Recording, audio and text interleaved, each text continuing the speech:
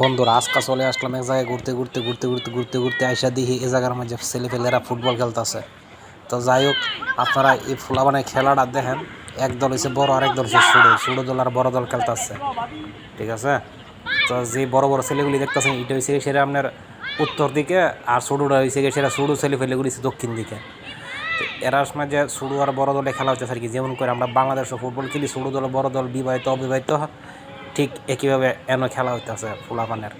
তো প্রতিদিন সন্ধ্যার সময় আমি একটা লোকের কথা জানলাম, প্রতিদিন 5টার দিকে খেলবার লাগে আইয়ে কি সাইকেল লিয়ে কি বাপ মা গাড়ি দাঁড়িয়ে আইয়ে আইনা দিয়া যা মাঠে মাঝে সারে খেলবার লাগে। তো আর যায় এরা দুই দলে বিভক্ত হয়েছে, ছোটো দল আর বড় দল।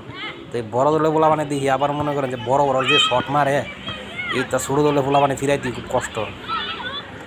তো এই জায়গাতে মনে করেন যে এর ভিত্তে আবার ছোটো দলের ভিত্তে একটারা দিছে, বড় একটারা দিছে আর কি ইয়া করবার লাগে। তো এরা খেলার মধ্যে আবার মনে করেন যে আমরা বাংলাদেশের মতোই ধাক্কি একটু আছে আর কি।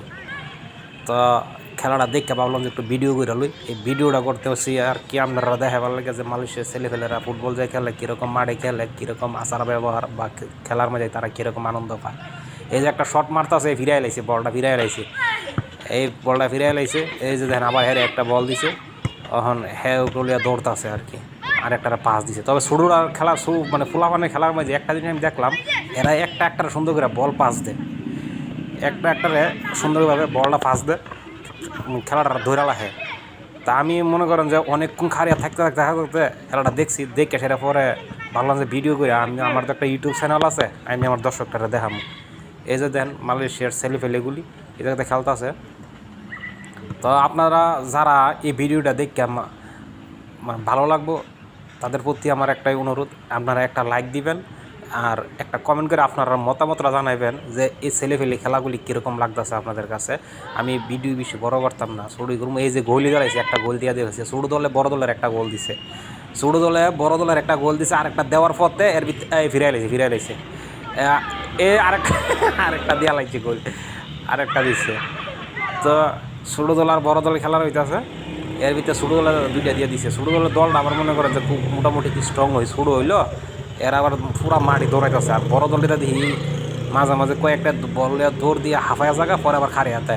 এই যে দেখেন দুই সাইড ডেমনে খারিয়া দিয়েছে আর পিছিয়ে দৌড়তে, কিন্তু ছোটো ফুলা বানানগুলি কিন্তু একটি ব্ল্যাক আছে। এই বড় দলের ফুলা মানে একটা তো পাও বল আইছে, এই যে হ্যাঁ দিয়ে দিব গোল, এই যে গলি দিয়ে দিছে, গলি পারছে না দৌড়তে, কি এক মুসিবত। তো এই বলটা ধরতে পারছে না, গোল দিয়ে চালাইছে।